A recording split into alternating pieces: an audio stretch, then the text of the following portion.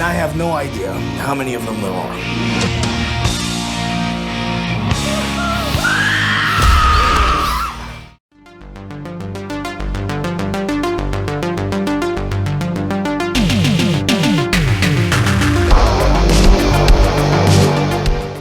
We are talking Here for Blood, and this is directed by Daniel Turres in his second feature movie as director, and it stars Shawn Roberts, who you may know as Albert Wesker in some of the Resident Evil movies.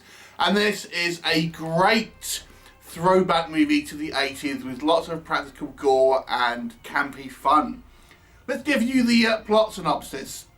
It focuses on this guy who's like a pro wrestler, so we know he can handle himself a little bit. He's in shape. He's quite a big guy, and he's dating this girl who is studying for some type of exam, and she needs to study, but she's agreed to do some babysitting. And so what she does is she asks her boyfriend if he can go to this kind of like this house and babysit this young girl so she can kind of study.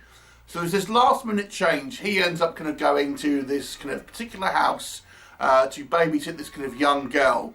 However, this is the night that this house is invaded by a gang of masked lunatic kind of cultists who seemingly have supernatural power as well. And he's now has to defend this little girl and this kind of property against this kind of gang of kind of cultists using his skills as a wrestler. And some bloody fun ensues. So, what do we think? I quite like this movie, quite a lot. This is definitely one I'll be picking up on Blu-ray at some point. Obviously, I watched this as a screener. I really enjoyed this movie, I have to say. It isn't perfect, but I really, really enjoyed it. So, there's a few reasons why. So, let's go with the kind of go through it. So this is a very old-fashioned movie in some ways, in both the kind of its attitude to kind of like the gore and horror side of it, but also the kind of the some of its characters as well. So the kind of the effects side of stuff, this movie uses practical effects. I mean, there is a good amount of gore here. It's not like super realistic. I mean, think of kind of like an Evil Dead style movie in some ways. It's lots of kind of blood, lots of kind of heads getting kind of ripped off in a practical manner, but it's not like it's super kind of realistic, and it's not exactly trying to be. It is meant to have its kind of tongue-in-cheek. I'd argue this is certainly a horror comedy in some ways. So yeah, it's done pretty well, I've got to say, and I think people who would enjoy the kind of the practical effects will enjoy the kind of for the most part, I think all the effects here. And like I said, there is a reasonable amount of body count here, and a decent amount of kind of blood, and certainly loads of blood. The second way I would say it's kind of it's a little bit like the kind of the 80s. It's this kind of attitude to its characters. Wow, we have a male protagonist in a horror film in the 2000s. When was the last time that happened? So it's great to see a male protagonist once again, and I actually quite like this guy because he's kind of, they've made him I guess you would call it a Chad these days to a certain degree. You know, he's like this kind of like alpha male type who would typically be the kind of like the bully in a lot of kind of films, but he's actually just a kind of a regular guy. He just is kind of like this this wrestler. So he's obviously quite can handle himself and stuff, but there's also a little bit of animosity between like another male character, because I think the other male character is a little jealous of his kind of macho-ness, shall we say. So it's actually quite unusual, certainly in recent years, to have a very overtly kind of like a masculine guy as your kind of protagonist. So I've got to be honest with you, I was like digging this character. I mean, he's got the best kind of male protagonist in a horror film since Ash Williams in some ways, I would say. So I really enjoyed his character, and I actually did think they gave this character, he's not especially kind of like an asshole or anything like that. He's just a regular guy in his kind of attitudes and stuff, but he's a little inappropriate at times, doesn't really know how to kind of like to deal with kind of children and kind of what's appropriate to say to them, and sometimes, so it gives it some kind of good, some comedy aspects as well, which I kind of quite liked. And we have other characters as well. We have his girlfriend and kind of some other characters as well.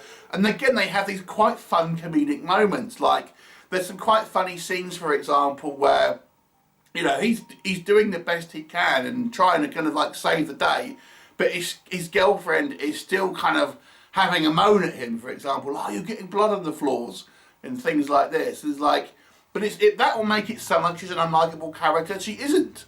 It's just kind of, it's actually done in quite a good way, where she's, you know, you think, oh yeah, you know, that's kind of like funny. You'll think, oh yeah, I've had a kind of an interaction kind of like that, where, you know.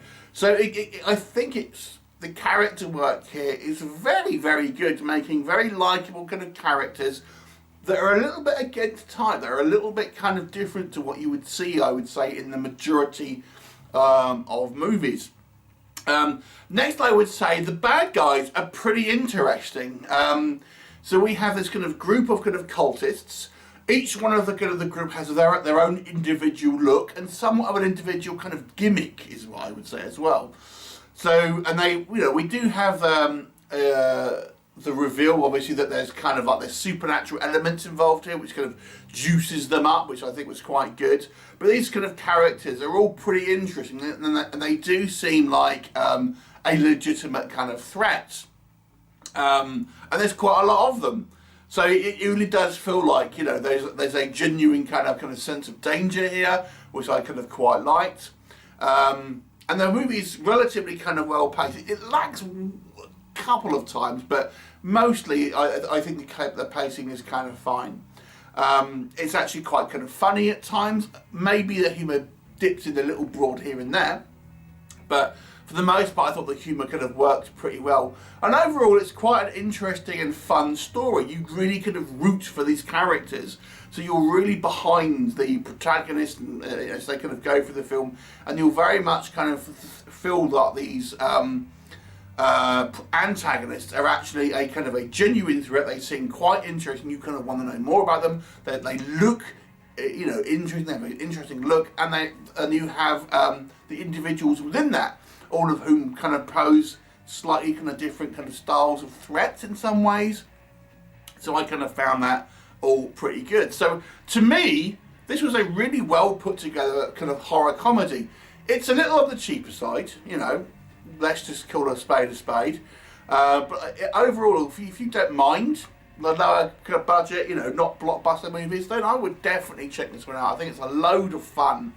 And I feel, you know, I feel most horror fans will kind of dig this one quite a lot. Do I have any kind of negative points about it?